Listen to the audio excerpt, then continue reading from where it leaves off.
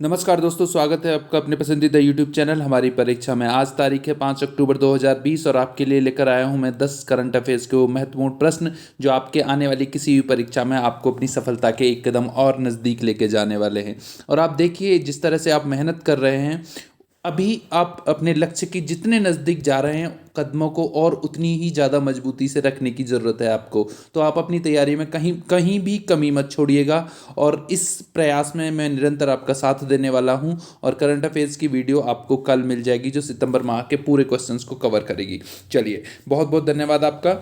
और आपने अगर हमारे चैनल को अभी तक लाइक, शेयर और सब्सक्राइब नहीं किया है तो उसको प्लीज़ शेयर करिए और सब्सक्राइब करिए। और अगर आपको इस चैनल के कंटेंट अगर अच्छे लग रहे हैं तो एक बार प्लीज़ लाइक ज़रूर करिएगा।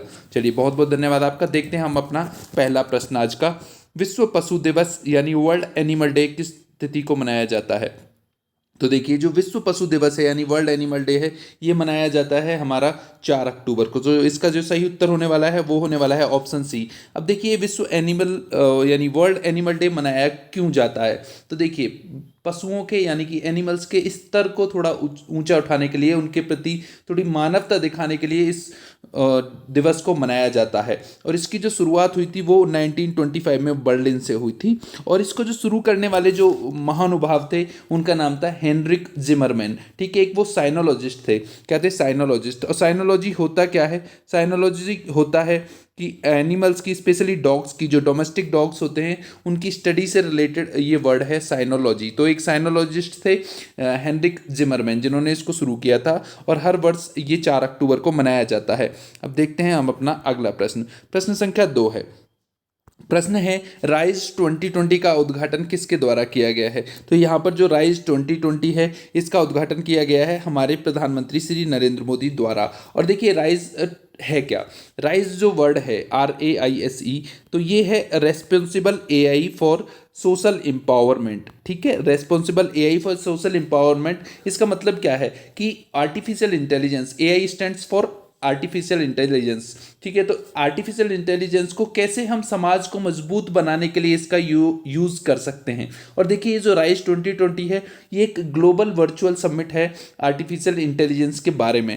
और ये जो आयोजित हो रहा है ये हो रहा है 5 से 9 अक्टूबर के बीच। अभी 5 से 9 अक्टूबर के बीच इसको आयोजित किया जा रहा है और सोशल एम्पावरमेंट के लिए कि AI को कैसे यूज़ किया जाए। और इसके जो आयोजन करता है वो है मैती। मैती क्या होता है? देखिए, इलेक्ट्रॉनिक्स और सूचना प्रौद्योगिकी मंत्रालय, इसको मैती कहते हैं। इसके द्वारा इसका आयोजन किया जा रहा है और इसका उद्घाटन जो किया है वो हमारे प्रधानमंत्री श्री नरेंद्र मोदी जी द्वारा किया गया है।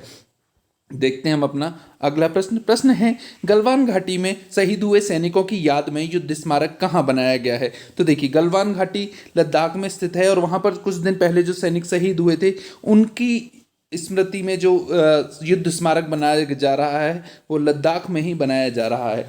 और देखिए, 15 जून का आपको डेट याद होगा कि लद्दाख स्टैंड ऑफ को 15 जून को भारत के 20 सैनिक शहीद हो गए थे, बड़ी वीरतापूर्ण अपना प्रदर्शन, वीरता का प्रदर्शन करते हुए। और उन्होंने बहुत सारे चाइनीज सैनिकों को एक अनसर्टिफाइड न्यूज़ के अनुसार 50 से अधिक चाइनीज सैनिकों को उन्होंने मार गिराया था। और आर्मी ने इस ऑपरेशन को नाम दिया था, वो दिया था स्नो लेपर्ड। स्नो लेपर्ड इस ऑपरेशन का नाम था जो कि वहाँ सैनिकों ने चाइनीज सैनिकों को मार गिराया था। और ये जो सैनिक थे ये 16 बिहार के सैनिक थे। इनकी जो रेजिमेंट थी वो थी 16 बिहार। और इसी क्रम में, उस लड़ाई के हाथापाई के क्रम में ही उनके जो CO थे कर्नल संतोष बाबू, उसमें वो भी शहीद हो गए थे। 16 बिहार के वो CO थे। और चाइना की जो आर्मी है उसको बोलते हैं PLA यानी पीपल्स लिबरेशन आर्मी, चाइना की आर्मी को कहा जाता है। और गलवान इस युद्ध स्मारक का जो सही उत्तर होने वाला है वो लद्दाख ही है। लद्दाख में ऐसा स्मारक बनाया जा रहा है उन 20 शहीद सैनिकों की याद में। चलिए, देखते हैं अपना अगला प्रश्न। प्रश्न है, किस देश ने अंतरिक्ष में रोबोट भेजने की घोषणा की है? तो देखिए, ये रोबोट भेजने की जो घोषणा की गई है ये की गई है चाइना की एक प्राइवेट एजेंसी है जिसका नाम है ओरिजिन स्पेस। ओरिजिन स्पेस नाम की ये फर्म है, प्राइवेट कंपनी है जिसने अभी घोषणा की है कि वो स्पेस में अपना रोबोट भेजेगी। और देखिए रोबोट भेजने का ये जो उल्टा पुल्टा काम है वो कंपनी कर क्यों रही है। अब मैं उल्टा पुल्टा क्यों कह रहा हूँ इसको मैं अभी बताता हूँ आपको 1 मिनट में। देखिए ये जो रोबोट है इसका नाम दिया गया है एस्ट्रॉयड माइनिंग रोबोट, यानी कि एस्ट्रॉयड्स जो होते हैं, जो क्षुद्र ग्रह होते हैं, इन पर ये रोबोट माइनिंग करेगा और इसको नवंबर 2020 में भेजा जाएगा। अब देखिए जो एक्सपर्ट्स हैं, जो सोलर सिस्टम के जो एक्सपर्ट्स हैं, स्पेस के जो एक्सपर्ट्स हैं, वो कहते हैं कि सोलर सिस्टम में जो छेड़छाड़ करना मानव प्रजाति के लिए ठीक नहीं है। और आपने देखा होगा कि जब से मानव ने टेक्नोलॉजिकल जो मनुष्य आया है, जब से उसने प्रकृति के साथ छेड़छाड़ की है, तब से बहुत सारी प्राकृतिक आपदाएं हमें प्रकृति द्वारा दी जा रही हैं।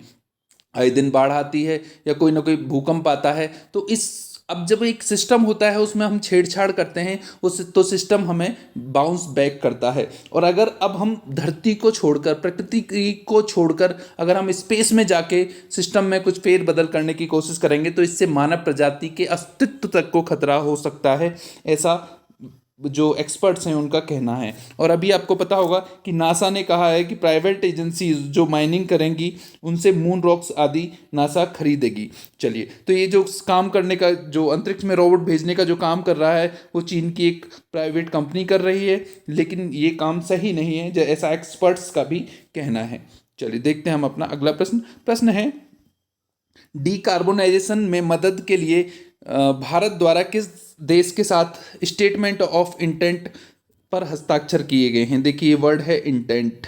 इंटेंट होता है हमारी जो भावना होती है या जो हमारा ध्येय होता है, ठीक है। तो ये जो काम किया है स्टेटमेंट ऑफ इंटेंट साइन करने का, ये किया गया है नीदरलैंड्स के साथ। और देखिए डीकार्बोनाइजेशन है क्या, आपको पता होगा कि हम लोग क्लीन एनर्जी की तरफ शिफ्ट कर रहे हैं, यानी कि साफ ऊर्जा की तरफ हम शिफ्ट कर रहे हैं। तो इसके लिए ही ये डीकार्बोनाइजेशन की में मदद के लिए भारत ने ये स्टेटमेंट ऑफ इंटेंट साइन किया है। और क्लीन एनर्जी के लिए हम सस्टेनेबल डेवलपमेंट गोल्स को अचीव करने में हमें इस इंटेंट से मदद मिलने वाली है जो हम ये कदम उठा रहे हैं।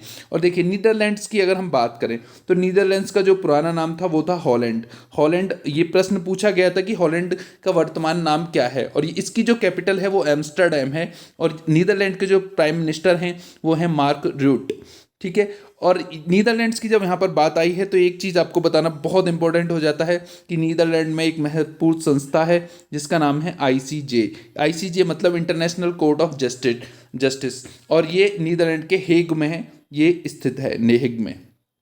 चलिए, तो इसका जो सही उत्तर होने वाला है डीकार्बोनाइजेशन के लिए स्टेटमेंट ऑफ इंटेंट का, वो नीदरलैंड्स है। अपना अगला प्रश्न देखते हैं, प्रश्न संख्या 6 है कनकलता बरुआ क्या है। तो देखिए कनकलता बरुआ क्या हैं, इसके लिए मैं आपको पहले बता दूं कि कनकलता बरुआ जो थी वो आसाम की एक वीरवाला थी जिन्होंने कि इंडियन इंडिपेंडेंस मूवमेंट में भाग लिया था और उनको गोली लगी थी और उनकी मृत्यु हो गई थी। लेकिन यहाँ पर जो ऑप्शंस के हिसाब से है वो है हमारा एक तटरक्षक पोत है, और इसको इंडियन कोस्ट गार्ड ने अभी शामिल किया है कुछ ही दिन पहले। ICGS इसको बोलते हैं, जैसे इंडियन नेवी के जो शिप्स होते हैं उनको INS बोलते हैं, लेकिन ये जो कनकलता बरुआ है ये है ICGS यानी इंडियन कोस्ट गार्ड शिप। चलिए, तो कोस्ट गार्ड शिप है और इसकी जो खासियत है ये बहुत फास्ट पेट्रोल वेसल है, ये 3 इंजनों से चलता है। और इसका जो निर्माण किया है वो किया गया है GRSE द्वारा, यानी कि garden reach ship builders and engineers, GRSE इसको बोलते हैं, जो कि कोलकाता में स्थित है। और इंडियन कोस्ट गार्ड की जब यहाँ पर बात हो रही है तो यहाँ पर उसके जो DG हैं इंडियन कोस्ट गार्ड के हैं वो हैं कृष्णा स्वामी नटराजन। और इंडियन कोस्ट गार्ड की जो स्थापना हुई थी वो हुई थी 1978 में इसकी स्थापना हुई थी।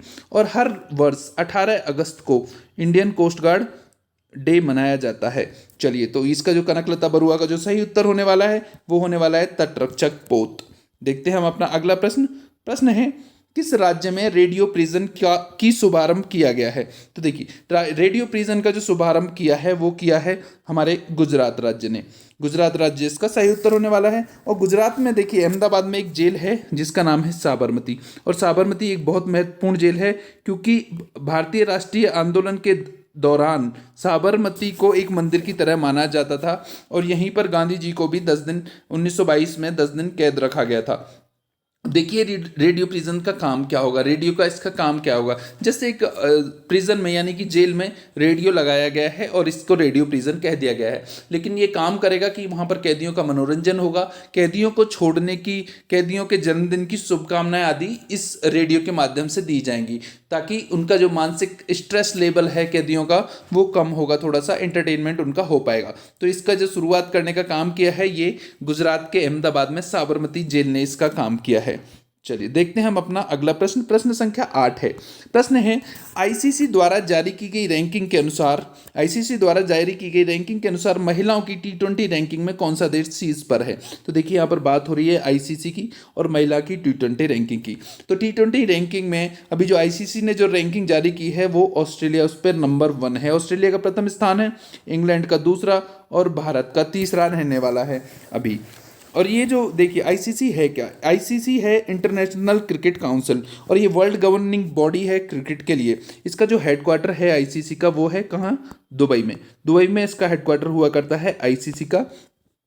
और देखिए इसके जो चेयरमैन हैं वर्तमान में वो हैं श्री इमरान ख्वाजा, और जो इसके जो सीईओ है चीफ एग्जीक्यूटिव अफसर वो हैं मनु साहनी, जो कि इंडिया के रहने वाले हैं। तो नंबर 1 जो महिला रैंकिंग में जो टीम है T20 में वो है ऑस्ट्रेलिया।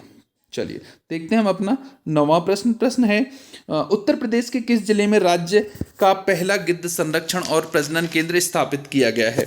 चलिए तो देखिए ये जो पहला गिद्ध संरक्षण और प्रजनन केंद्र है ये स्थापित किया गया है गोरखपुर में। कौन से जिले में, गोरखपुर में, उत्तर प्रदेश के गोरखपुर में इसको स्थापित किया गया है। और इसका जो काम क्या है, देखिए हमारे लिए सबसे पहले ये जानना जरूरी है कि गिद्ध हमारे लिए जरूरी क्यों है। देखिए गिद्ध जो है वो प्रकृति को साफ करने का काम करते हैं, जो मृत जीव जंतु हैं उनको खाकर वो प्रकृति की सुरक्षा करते हैं, प्रकृति को साफ करने का काम करते हैं, और ये बहुत महत्वपूर्ण रोल निभाते हैं। लेकिन अभी कुछ दिनों से गिद्धों की संख्या में बहुत बड़ी गिरावट आई है, और उसका कारण है कि मवेशियों को दी जाने वाली एक दवा है जिसका नाम है डिक्लोफेनेक। डिक्लोफेनेक, अभी ये पीसीएस में प्रश्न पूछा गया था उत्तर प्रदेश पीसीएस में 2 साल पहले कि किस मेडिसिन के कारण गिद्धों की संख्या में कमी आई है। तो देखिए जो डिक्लोफेनेक है ये मवेशियों को दी जाने वाली दवा है, और जब मवेशियों की मृत्यु हो जाती है तो मृत्यु के बाद गिद्ध उनको खाते हैं, तो ये जो दवा के अंश डेड बॉडी में रह जाते हैं एनिमल्स की में, इसके कारण गिद्धों की मृत्यु हो रही है बहुत तेजी से। तो इस दवा को अभी कुछ दिनों पहले बैन भी कर दिया गया था सरकार द्वारा। और ये देखिए जो गोरखपुर में जो बनाया गया है गिद्ध संरक्षण और प्रजनन केंद्र, ये हरियाणा के पिंजौर की तर्ज पर बनाया गया है। इससे पहले हरियाणा के पिंजौर में भी इस तरह का प्रजनन केंद्र स्थापित किया जा चुका है, संरक्षण केंद्र। और उत्तर प्रदेश में ये जो पहला जिला बना है ये है गोरखपुर। देखते हैं हम आज का अपना अंतिम प्रश्न। प्रश्न है सबसे अधिक आईपीएल मैच खेलने वाले खिलाड़ी कौन हैं। चलिए ये इसका उत्तर आपको ज़्यादातर लोगों को पता होगा, लेकिन फिर भी बताना मेरा काम है कि जो सबसे अधिक आईपीएल मैच खेलने वाले जो खिलाड़ी बने हैं वो बने हैं श्री महेंद्र सिंह धोनी। अभी इन्होंने 194 मैच खेलकर श्री सुरेश रैना के रिकॉर्ड को पार किया है। सुरेश रैना के नाम जो रिकॉर्ड था वो 193 मैचेस का था। और जब आज मैं ये वीडियो रिकॉर्ड कर रहा हूँ तो इन्होंने एक और फेदर अपने कैप में जोड़ा है, मतलब एक और कीर्तिमान इन्होंने स्थापित किया है। वो किया है किसी विकेट कीपर द्वारा 100 कैच लेने का आईपीएल में। चलिए तो देखिए इसका जो सही उत्तर होने वाला है वो होने वाला है महेंद्र सिंह धोनी।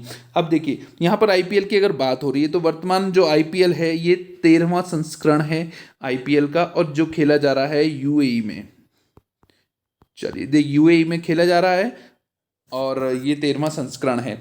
तो चलिए बहुत बहुत धन्यवाद आपका। अगर आपको इस वीडियो से रिलेटेड पीडीएफ, इसके आंसर्स के साथ आपको पीडीएफ चाहिए तो आप हमारे टेलीग्राम चैनल हमारी परीक्षा से इसको डाउनलोड कर सकते हैं। चलिए आप अपनी तैयारी में कोई कमी मत छोड़िएगा, और करंट अफेयर्स के मामले में हम आपके लिए कोई कमी नहीं छोड़ने वाले हैं। आप अपने कदमों को इसी तरह मजबूती से बढ़ाते रहिए, और आपको इस प्रयास में पहले प्रयास में आपको सफलता जरूर हासिल होगी। चलिए बहुत बहुत धन्यवाद आपका। All the best.